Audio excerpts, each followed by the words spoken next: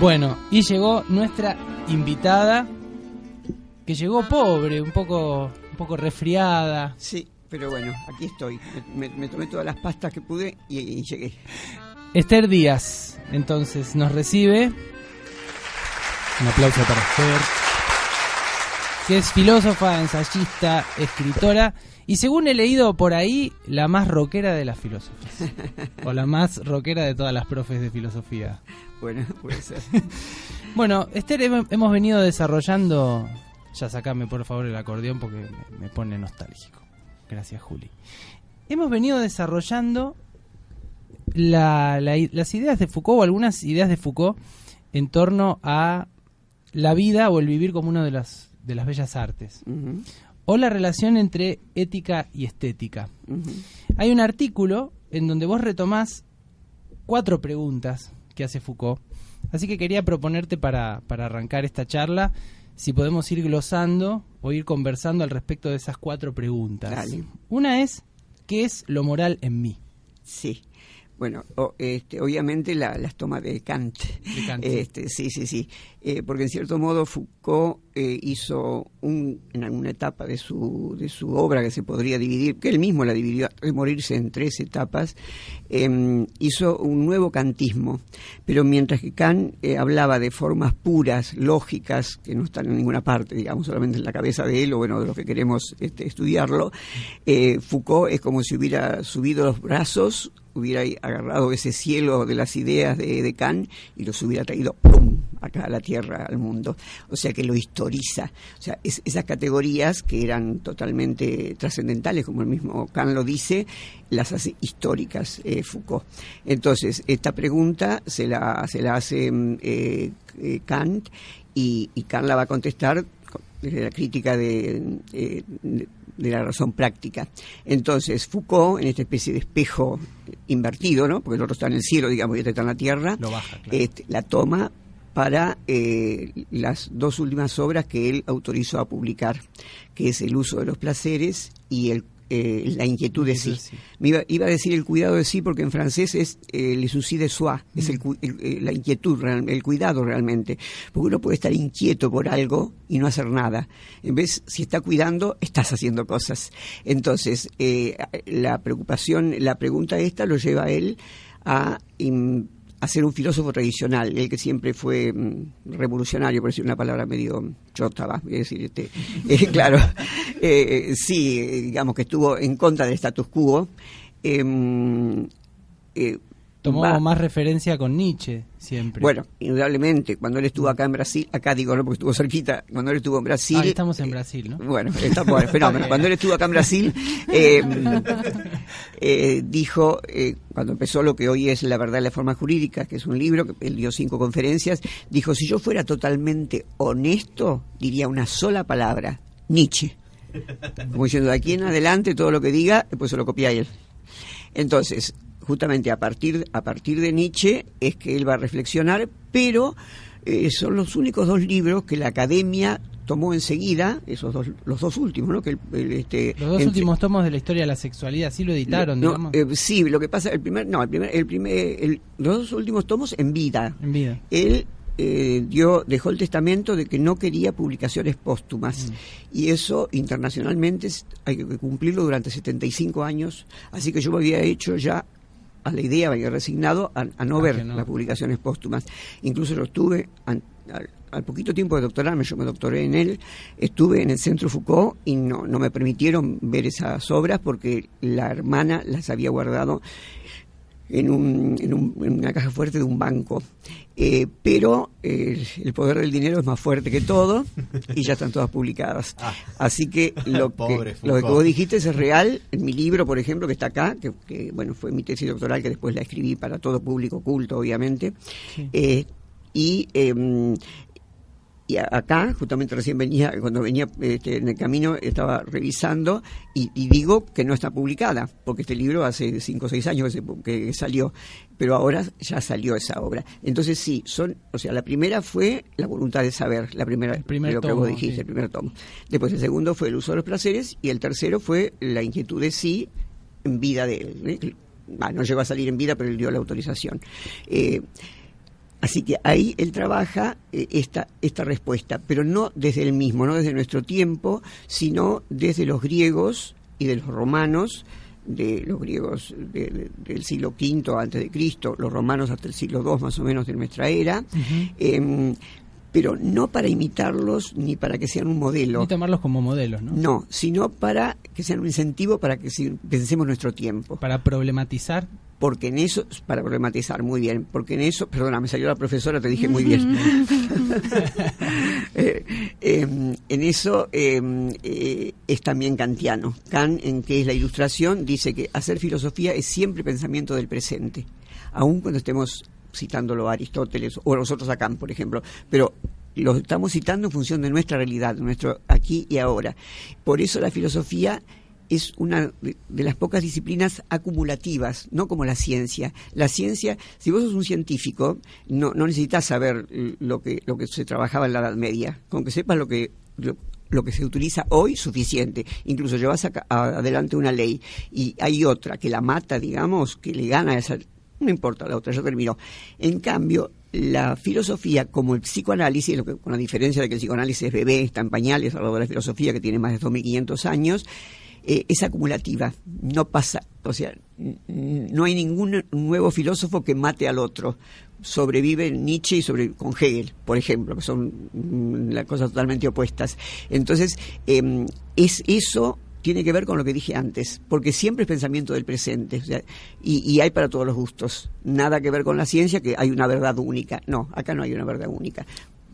No, te iba a consultar si ese pensamiento del presente nos puede permitir asociar la figura del filósofo como lo hacía Nietzsche con la del médico, en el sentido de hacer un diagnóstico del presente. Sí, totalmente. Esto es una palabra que dice, esta palabra que decís vos la dice Wittgenstein, que la filosofía es justamente diagnóstico del presente, y diagnóstico con la intención que se hace un diagnóstico, tratar de curar, entre comillas, ¿no es cierto? Es decir, tratar de que estemos mejor. Y en el caso de la filosofía de Nietzsche, yo creo que está clarísimo que se trata de una filosofía desculpabilizadora, en una cultura tan culpabilizante como la nuestra, que fíjate vos que cuando nacemos ya somos culpables, nacemos culpables.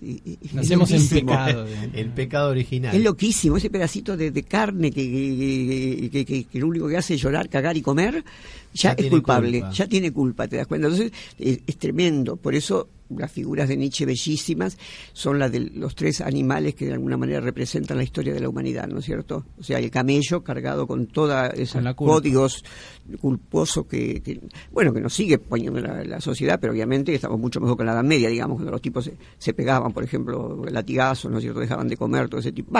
Yo lo he hecho, pues yo he sido monja de clausura, ¿no? Así que no tengo mucho que criticar a la Edad Media, sí, fui benedictina.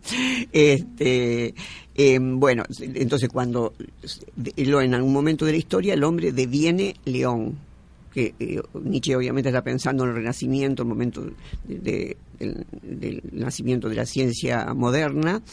¿Y por qué sigue en cuatro patas si ahora es racional? Justamente por eso, porque quedó atado a la razón. Es decir, cometió en cierto modo la perversión que nos viene de Sócrates, de haber dejado el cuerpo de lado en función del alma o de la razón, cuando lo único que tenemos realmente, no sé si tenemos alma, pero cuerpo, estoy segura que cuerpo. Sí. Habla un poquito vos, pues se me está poniendo la voz. Cuerpo sí. Sí, no, en realidad cuando haces el comentario de Nietzsche, el último pasaje, la última transformación del espíritu es a niño. Sí, es a niño, gracias. Ahí se deviene niño, o también la malísima traducción superhombre, porque superhombre parece la historieta del superhombre. Es mejor sobrehombre, como el que viene después del hombre. Mónica Gragnolini, que es la mayor experta no solamente en la Argentina, sino en América, de Nietzsche, dice hiperhombre.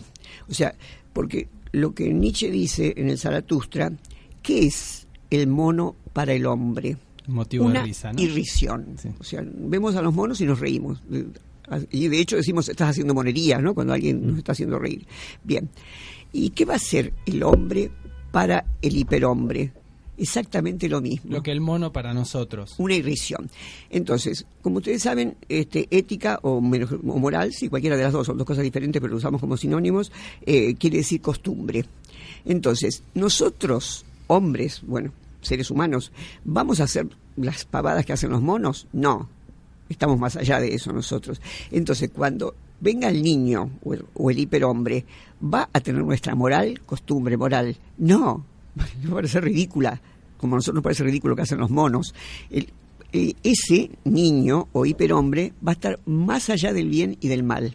Es decir, que el pensamiento más profundo, según dice el mismo que tuvo Nietzsche, es ese pensamiento de que esto que somos tiene que ser superado, esta mierda que somos tiene que ser superada.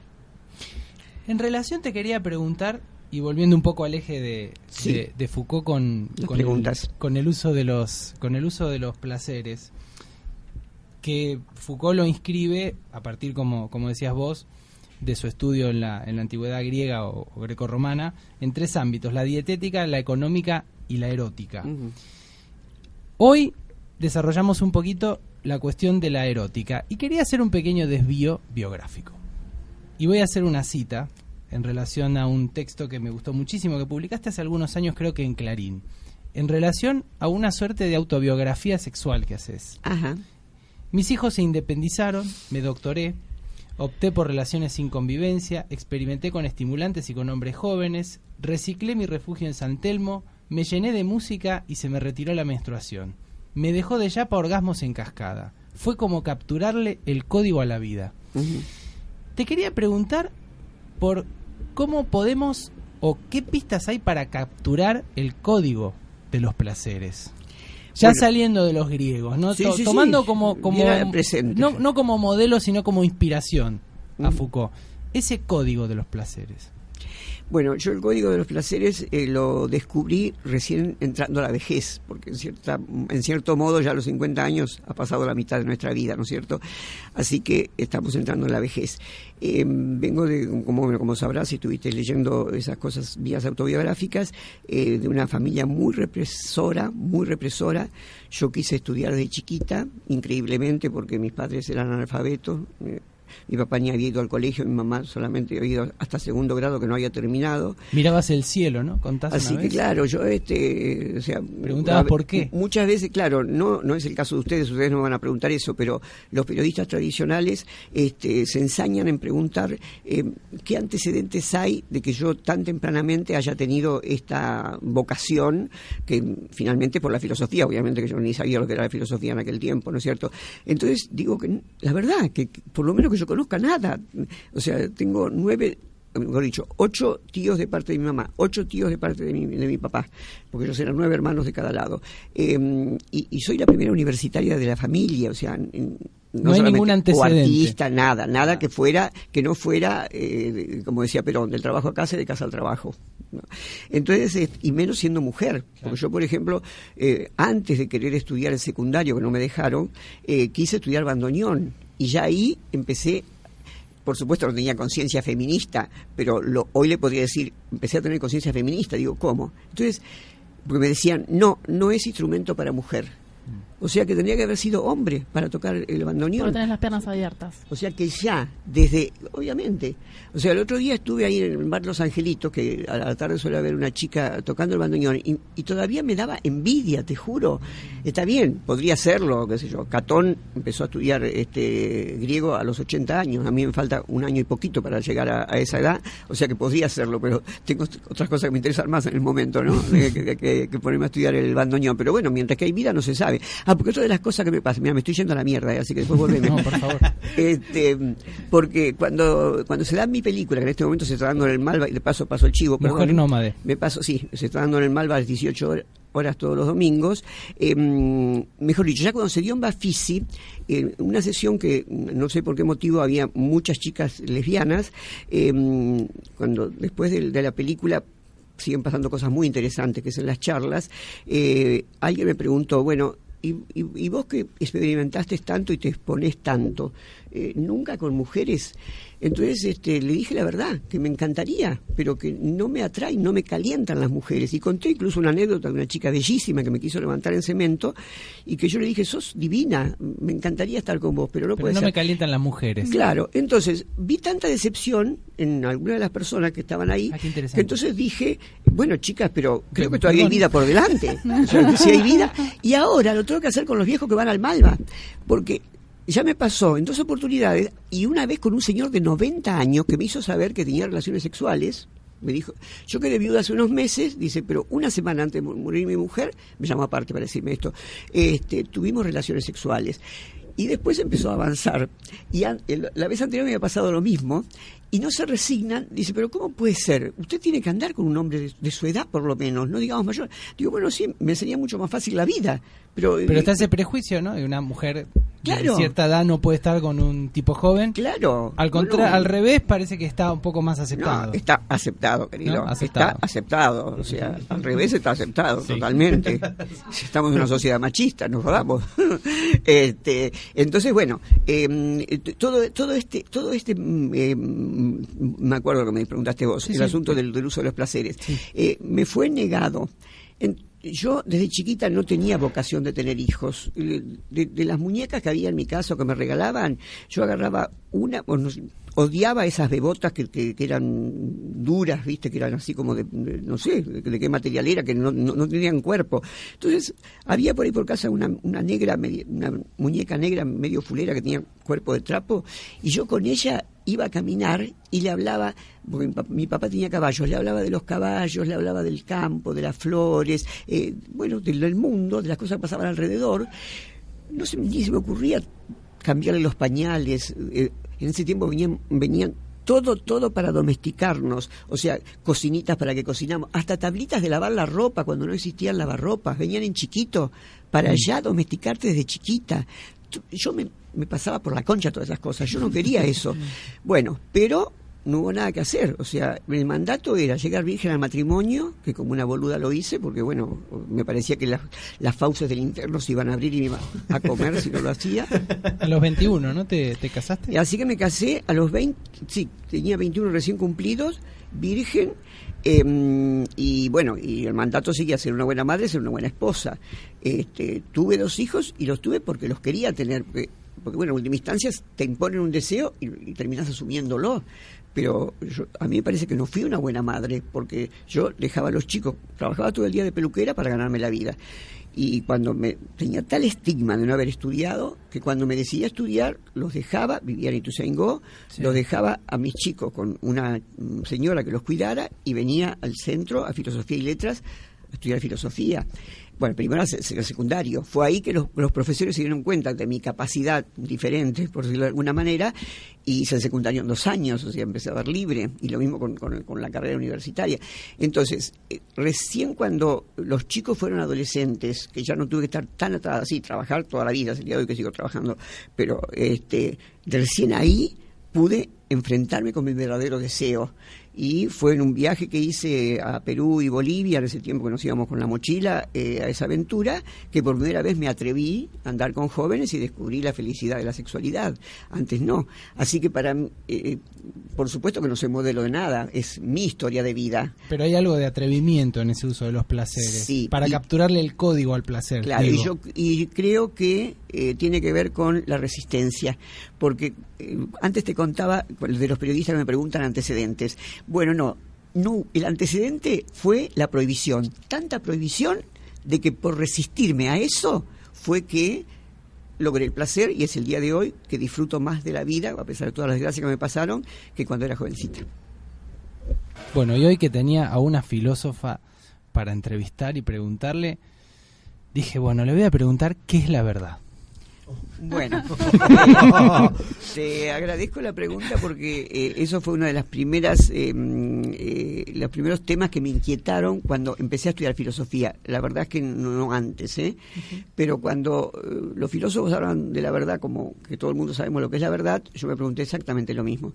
Al punto tal, estuviste tan oportuno, que mi primera publicación, que fue en Eudeva, se llama Otra historia de la verdad. Justamente por toda la genealogía de la verdad que había hecho yo. Bueno, la verdad, para actualmente, tanto para la ciencia como para el sentido común, para la vida cotidiana, así nos manejamos, es la correspondencia entre las palabras y las cosas. Te dice algo, ¿no? O sea, Foucault le puso ese nombre justamente irónicamente a su libro, porque la verdad se define, la verdad cientificista, digamos, la verdad aceptada por el positivismo y, bueno, por la gente común, es que se trata de una relación entre un grupo de palabras, siempre cuando, o sea, si no tuviéramos palabras no existiría la noción de verdad, obviamente. Es una proposición que tiene que corresponder con aquella cosa a la que se refiere. Por ejemplo, acá en la mesa tenemos una botella con agua. Entonces yo voy a decir una proposición y para que quede clarísimo que es una proposición, la voy a poner entre comillas. En lógica se hace así. Cuando está entre comillas es una proposición. Primero voy a explicar lo que es una proposición. Una proposición es algo de lo cual se pueda, un conjunto, palabra o conjunto de palabras de lo cual se puede decir si es verdadero o falso. Entonces yo digo una proposición, abro comillas.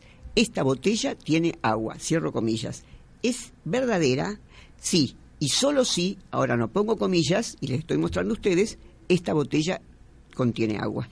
Es decir, que decimos que hay una correspondencia entre las palabras y las cosas. Bien, entonces eso aceptado por todo el mundo, vas a un manual de lógica y te lo define así. Entonces ahora vamos a deconstruirlos, porque eso es lo que me estás buscando vos, que lo deconstruya. Bien, entonces, ¿hay alguna correspondencia realmente entre esto que yo digo en castellano, esta botella contiene agua, y esto, lo digo esto a propósito, de agua así para que escuche el público, esto que contiene agua? No, o sea, es una convención que nos hemos puesto de acuerdo todos para hacer más fácil la vida. Nietzsche dice, es útil para la vida creer verdades, no es que realmente existan, es útil. O sea, nosotros quedamos en que yo iba a estar a determinada hora acá en la radio y fue útil para ustedes y para mí que se cumpliera. Así que por eso nos tenemos que manejar con verdades, entre comillas. Un valor práctico. Claro, pero que sea la verdad, o sea, esa verdad que está más allá, como decía Platón, es un absurdo, porque como si está más allá de los sentidos, ¿cómo podemos saberlo? ¿Cómo podemos conocerlo? Entonces, prefiero, supongo que también lo pensaste vos desde ese punto de vista, rescatar la idea griega de verdad anterior a la Grecia clásica. ¿Por qué anterior? Porque en Grecia clásica comienza la filosofía, y con la filosofía ya comienza la perversión de la razón a la que me referí antes. Entonces vamos a la palabra griega aletheia. Aletheia quiere decir develar, algo que se devela, y a propósito de vela, come corto, o sea que caen velos para que se muestre algo. Y lo contrario, porque antes cuando dije verdad, lo contrario de verdad es lo falso, viste que lo dije, ¿no? De verdad es lo falso. En cambio, si algo se devela, si algo se muestra, si algo se me representa ahí, en vivo y en directo, digamos, lo contrario no es lo falso, es lo oculto. Entonces, voy a dar un ejemplo. Yo creo que en la vida cotidiana, ya que hablamos de filosofía, siempre filosofía del presente, solamente nos quedan restos de aletheia cuando ante la obra de arte, por ejemplo. Voy a poner de ejemplo el cine porque es la obra de arte, es el arte que más amo. Y voy a poner igual sé que la música también te gusta, ¿no? Es la que viene inmediatamente posterior, la música. Bien, entonces se me ocurre Bergman, no me lo puedo sacar de la cabeza, así que voy a citar Bergman. Bueno, un día ando por la calle, es difícil hoy ver Bergman en un cine, pero bueno, podría ser. Ando por la calle muy angustiada porque bueno, me peleé con mi pareja y no puedo pagar el alquiler y anda todo mal. Y veo que el milagro de que están dando una película de Bergman. Entonces entro al cine.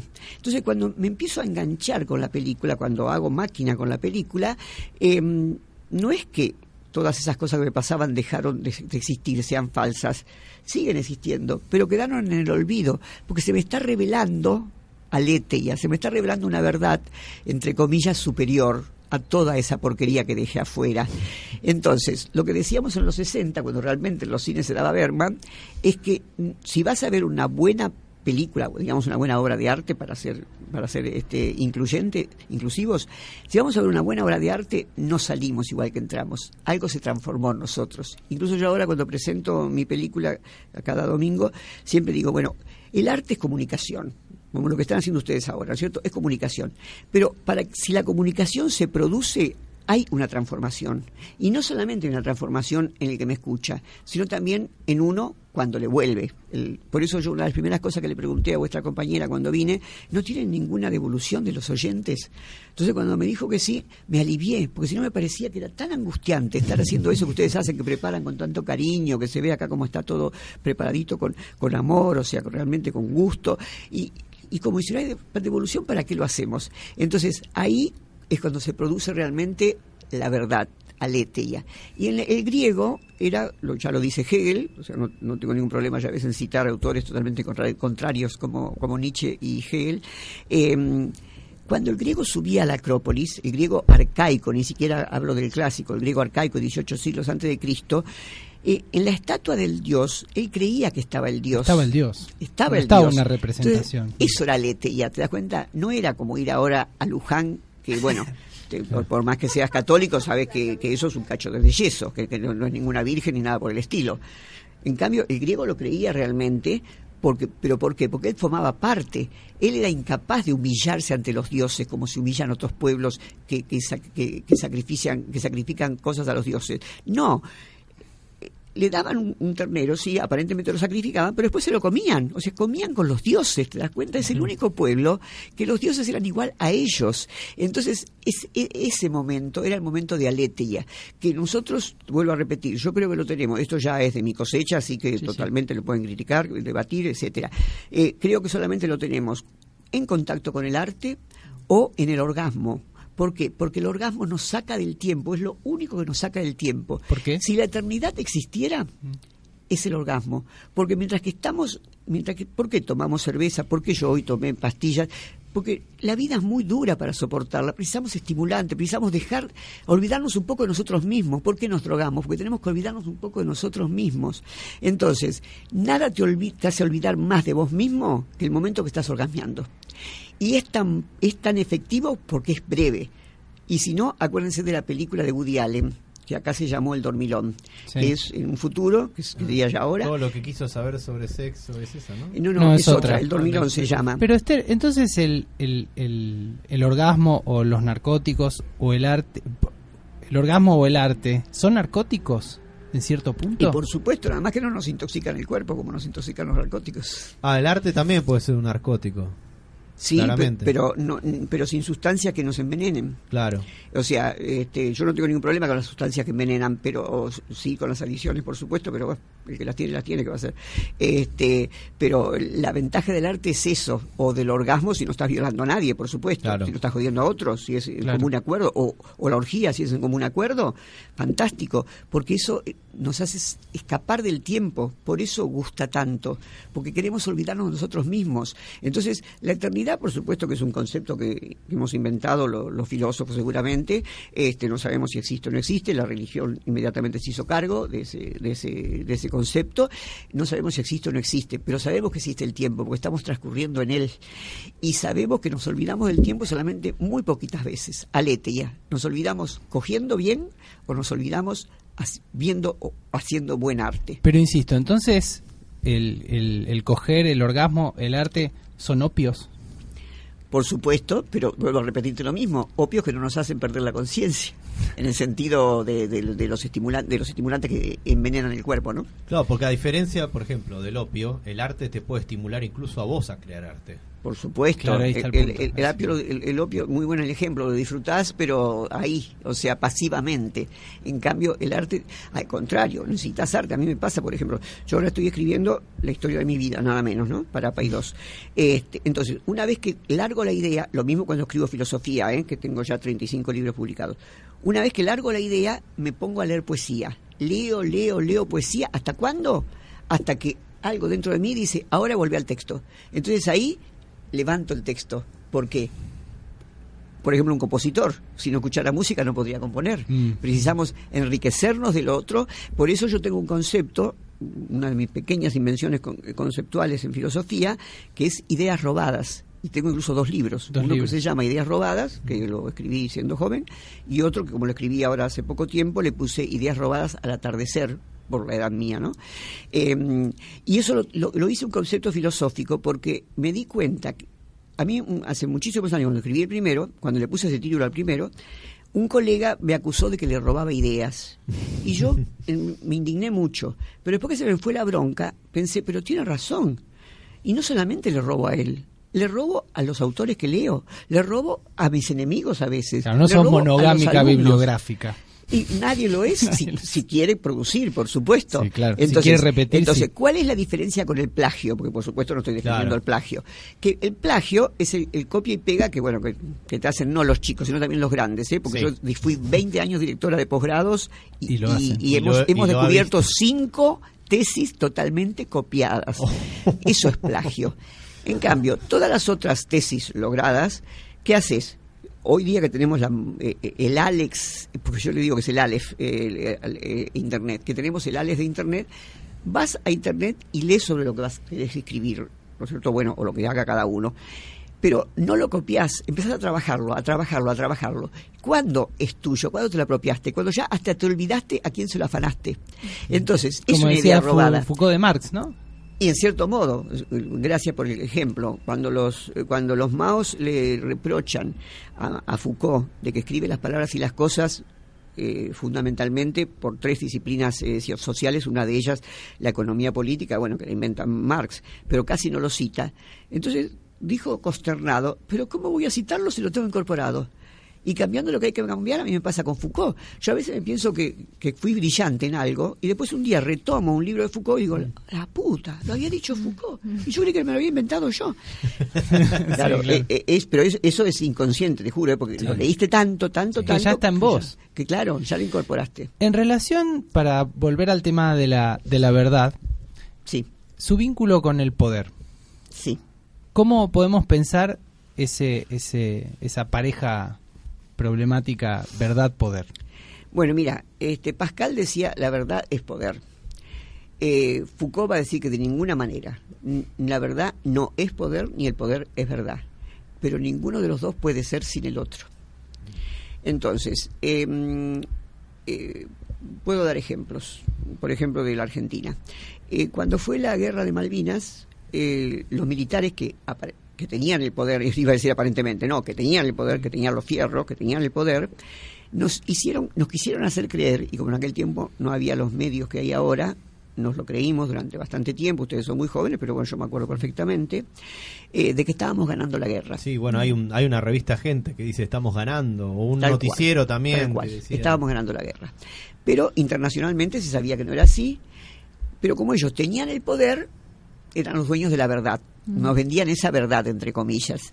Hasta que llegó un momento que fue tan insostenible esa mentira, porque no era verdad, que ellos, a pesar de que seguían teniendo los fierros, a pesar de que seguían teniendo las armas, llamaron a elecciones. Es decir, que tenían el poder, pero no tenían verdad. Y se da lo otro también. Por ejemplo, como tenían el poder, prohibieron, por ejemplo, las matemáticas modernas. ¿La teoría de conjuntos puede ser? La teoría de conjuntos, claro, porque te hacía tomar conciencia de que si nos juntábamos éramos una fuerza diferente y mucho más intensa que individualmente. Entonces eso era sedicioso, ¿viste? No había que tenerlo. Es decir, que hay una relación, se implican mutuamente. Yo cuando lo hago con pizarrón, esto, porque no me gusta usar diapositivas por razones obvias, porque las diapositivas es algo enlatado, ¿no? Lo dibujo con un signo como hacen los matemáticos, un signo igual con 2 flechas, como diciendo se implican mutuamente. Y un ejemplo que sirve también, no ahora que existe la inseminación artificial, pero antes de que existiera la inseminación artificial, un hombre y una mujer no son lo mismo, como el poder y la verdad, son 2 cosas totalmente diferentes, pero son indispensables, esos 2, no hablemos de la tecnología, ¿no?, para que exista un nuevo ser. Que es bueno, los gametos siguen siendo necesarios en algún punto. Los gametos, digamos, el esperma, el óvulo en sí mismo puede ser. El hombre en sí como persona y la mujer, bueno, la mujer todavía también. Con ese nivel de sutileza que lo decís, totalmente de acuerdo. Yo lo decía un poco más groseramente.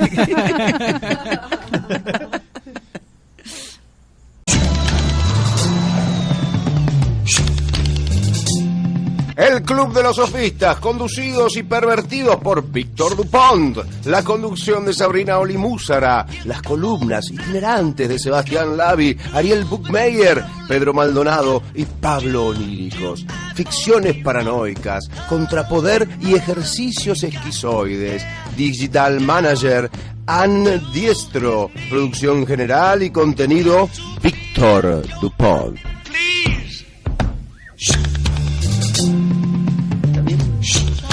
Vamos a develar el misterio de por qué hemos llamado a este programa La Conchita de Foucault. Que tenemos a la autora de esa frase en realidad, que es Esther Díaz. Bueno, realmente Foucault, idea robada de Nietzsche. Porque Nietzsche decía que el alma, si existe, no existe como nos ha enseñado Platón o nos hizo meter en la cabeza la religión cristiana, como una interioridad, como algo nuestro que tenemos acá adentro y que en algún momento puede salir y darse al otro. Exactamente al revés, dice Nietzsche. Lo que hay es cuerpo. Pero, y pulsión, bueno, digo pulsión, Nietzsche realmente decía instintos, si hiciéramos una traducción exhaustiva, pero no instinto como lo de los animales, sino lo que después de Freud viene mejor decir pulsión, ¿no es cierto? Son pulsiones, deseos, o a partir de Deleuze se podría decir deseos, no cumplidos, reprimidos por esta cultura tan represora que tenemos, que empezamos así el programa hablando de ese tema justamente. Entonces, esos instintos reprimidos, o esos deseos reprimidos, se nos interiorizan, se van para adentro, y eso es a lo que llamamos alma. Esta es la idea en Nietzsche. Entonces, retomada, reciclada, repensada por Foucault, la tenemos de una manera muy gráfica, y por eso a mí se me ocurrió decir la palabra que vos dijiste, en algo que cuenta Deleuze. Después que se murió Nietzsche, Deleuze escribe un libro maravilloso que se llama justamente Foucault, y cuenta que un día estaba en una confitería hablando del tema de la interioridad, de la subjetividad, como corresponde decirlo ahora, y Foucault en una servilleta, y cuando cuento esto de la servilleta me acuerdo de algo que, bueno, ustedes son muy jóvenes, pero hubo un ministro del Interior de Menem, sí, Corach, Carlos, ¿se acuerda? La servilleta de Corach. Fíjate, hoy no alcanzaría un mantel para los jueces adictos. Bueno, en aquel tiempo era una servilleta. Y al igual que Corach, y no sé qué persona estaba hablando con él cuando dijo Cavallo, ¿no era? Ay, ¿El asunto de la servilleta? Puede ser, sí. Bueno, el caso es que Foucault le ilustra en una servilleta de ese lugar en donde estaban esta idea. Entonces, dibuja lo que aparece en mi libro, que bueno, yo lo replico en mi libro La filosofía de Michel Foucault, dibuja como si fuera, pensemos un horizonte y que de golpe hay como un agujero que se mete para adentro, hace así como un glóbulo, le dice Foucault, una de las tantas cosas que le dice. Coágulo también, ¿no? Coágulo le dice, y sube de nuevo y sigue esa especie de horizonte. Foucault, la palabra que más lo representa a esta idea es invaginación. Por eso yo un día dando clase, cuando vi cara rara en los chicos del CBC, chicos que recién salieron del secundario, cuando yo dije la palabra invaginación, le dije, bueno chicos, para hacerla fácil, una conchita. Vamos a decirle la conchita de Foucault. O sea que salió por mi afán didáctico el tema de conchita, porque invaginación era muy difícil para chicos que venían de haber hecho el secundario, a lo mejor no por desprestigiar el Gran Buenos Aires, pero sabemos en qué condiciones y qué cantidad de alumnos son. Bueno, así que eso es la anécdota por la cual salió, pero voy a terminar con el tecnicismo. Entonces, todo ese horizonte, que bueno, si estuviéramos en la televisión podría dibujarlo, ese horizonte vendría a ser el afuera de nosotros, el mundo. Y eso que se mete para adentro, la imaginación, la conchita, somos nosotros, cada uno de nosotros. Ahora, esa imaginación tenemos que imaginarla móvil, porque nosotros somos el sujeto, ahí está representando al sujeto. Seríamos conchitas móviles. Conchitas móviles, conchitas modulables. Adaptables a todo lo que se quiera meter en ellas. ¿No es cierto? Ahí está perfecta la metáfora Foucaultiana. Entonces, ¿qué se va metiendo adentro de esa imaginación, de ese coágulo? Se van metiendo todos los valores que nos dieron. ¿Y cómo surgen esos valores? Los valores surgen en algo que vos me preguntaste antes, en la interrelación entre el poder y el saber, o la verdad. Saber y verdad es lo mismo, porque saber se supone que tiene que ser verdadero para ser saber, ¿no es cierto? Entonces, hay una interrelación entre el saber y la verdad. Entonces, según el poder que tenga el otro, tengo ciertos valores. Yo, por ejemplo, en determinado momento tuve el valor, de querer tener hijos porque no podía otra cosa. Cuando pero me fui modificando como sujeto, porque llegó un momento que dije, no, mi verdadero deseo es estudiar. Entonces, tuve que hacerme cargo de los hijos, obviamente, porque los tenía y los amo, como que no, por supuesto, pero quería también cumplir con mi deseo. Entonces, son todas cosas que van entrando en uno, pero ese uno, o sea, esa conchita, esa imaginación, tiene algo que no tiene la afuera, que no tiene la verdad o que no tiene el poder, y es la libertad. Somos seres libres, cada uno de nosotros, y no me refiero a libertad en sentido sociológico, porque cuando hay sociólogos de alumnos dicen, ¿cómo libertad en esta sociedad? No, es en sentido filosófico, poder de decisión. Claro. A Sartre, que escribió el libro más maravilloso sobre la libertad que se ha escrito en el siglo XX, que es El ser y la nada, lo escribió siendo prisionero de los nazis en Alemania. Entonces, cuando volvió a Francia después de la guerra, los periodistas le decían, pero ¿cómo usted dice que estamos condenados a ser libres si ese libro lo publicó estando preso? Dice, sí, pero yo era libre de suicidarme, yo era libre de hablar o no cuando me apretaban, no lo torturaron, ¿no? Pero como ejemplo, cuando me apretaban era libre de hablar o no, era libre de hacer una huelga de hambre, era libre de conspirar, o sea, por eso Foucault fue a hacer su estudio sobre la libertad, en cierto modo, en la cárcel. ¿Por qué? Porque a pesar de que estás en la cárcel, podés hacer algo, por mínimo que sea. Entonces, a esta libertad filosófica me refiero, no a la sociológica. El poder de decisión, poder decidir sobre mí misma, aunque sea interiormente. Los estoicos decían, soy libre con mi pensamiento. ¿Y ahí hay una pista para entender la diferencia entre ética y moral? Bueno, es más antiguo todavía lo de ética y moral, porque moral tiene que ver con las costumbres, pero que se realizan, con las costumbres propiamente dichas. Por ejemplo, un cura le dice a un chico, tenés que ir a misa el domingo porque si no es pecado. Entonces el chico cumple moralmente con eso y el domingo va a misa. Es una acción directa. En cambio, ética es lo que estamos haciendo ahora, reflexionando sobre la moral. Pero la vida cotidiana se ha tomado como sinónimos. Ahora, siendo estrictos con el tecnicismo, moral es lo que se hace realmente, o lo que baja el que tiene poder, también acá está el tema del poder, para que el que tiene menos poder le haga caso. Y ética es la reflexión sobre, o sea, una rama de la filosofía es la ética. Y lo que estamos haciendo nosotros ahora no es moral, porque no le estamos diciendo a nadie lo que tiene que hacer, estamos simplemente reflexionando, o sea que estamos haciendo ética, o sea que sería un poquito anterior. Bien, para ir cerrando un poco la charla, me gustaría que nos cuentes qué es lo que te trajo a vos la película Mujer Nómade. O sea, el hecho de hacerla, experimentarte como actriz de tu propia vida. Fuiste actriz de tu propia vida. Qué linda frase que te salió. Pero fuiste actriz de tu propia vida en tu vida, pero fuiste actriz de tu propia vida en una película.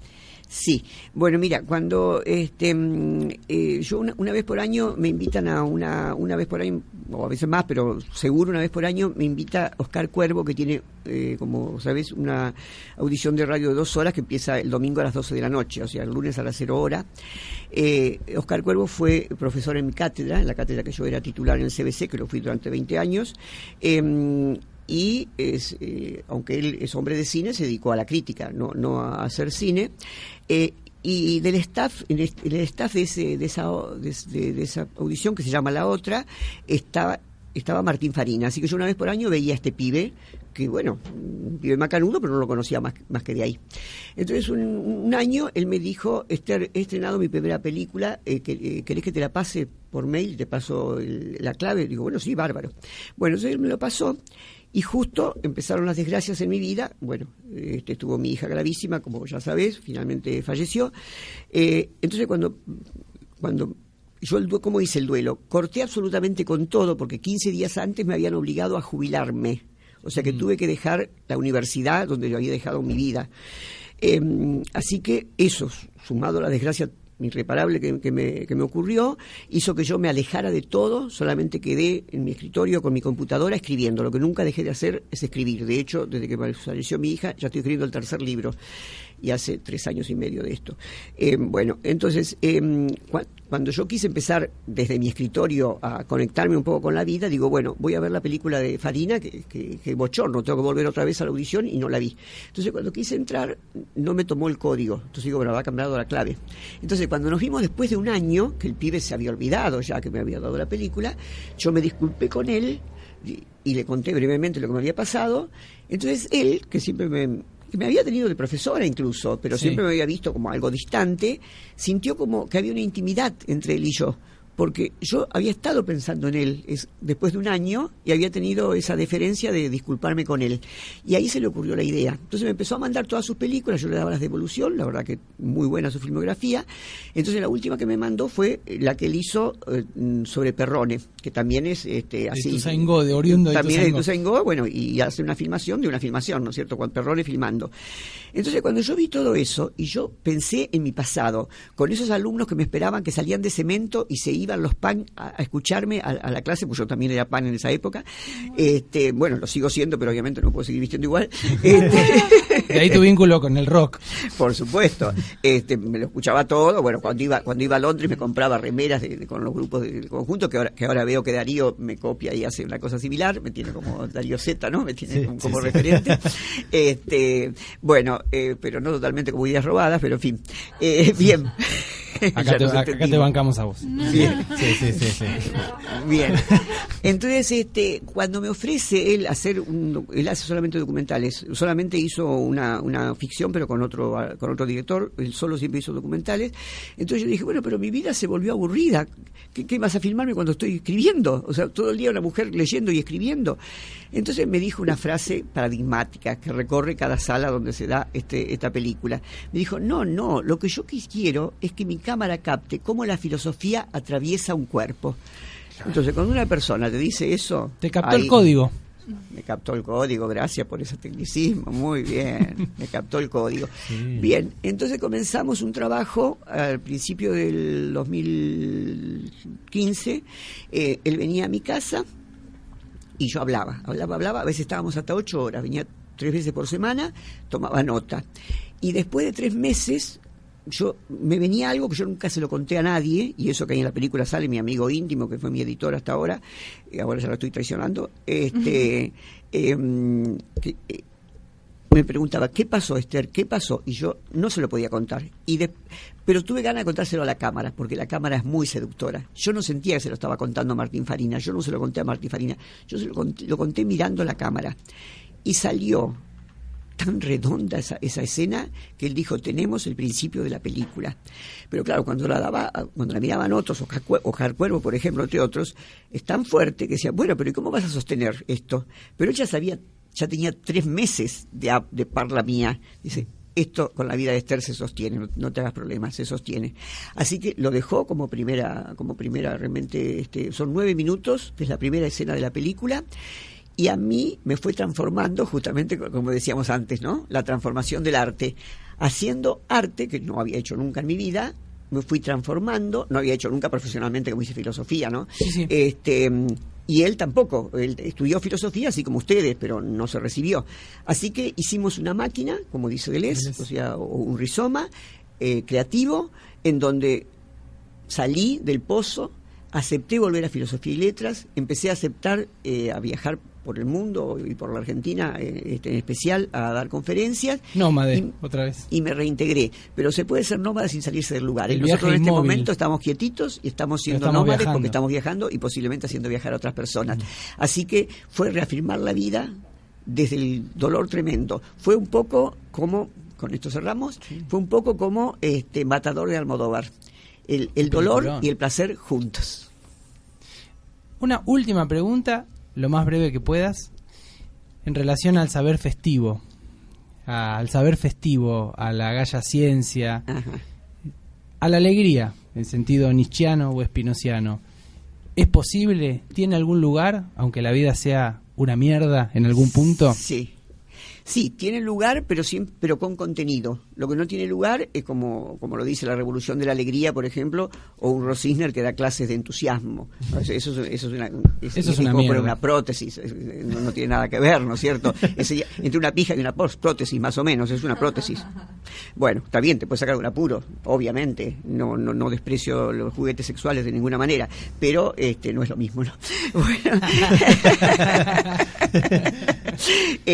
Así que, por supuesto que el dolor hay que pasarlo, y el duelo yo lo tengo, lo voy a tener hasta que me muera, pero no se está de duelo las 24 horas del día. ¿Y por qué no se está de duelo las 24 horas? Justamente porque se reafirma la vida, porque si estás de duelo las 24 horas del día, entonces sí, te chupa la depresión. No sé si hay mérito o no en eso.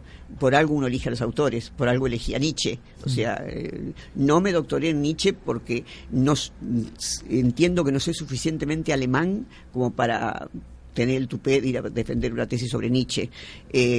Francés era más fácil manejarlo, ¿no? En el caso de Foucault.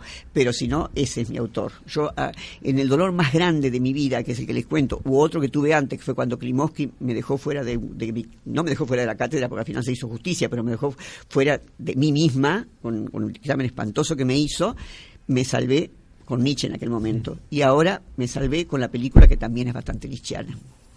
Esther, muchas gracias por haber venido. Gracias a ustedes. Muchas gracias. Nos despedimos así hasta la semana que viene en el Club de los Sofistas.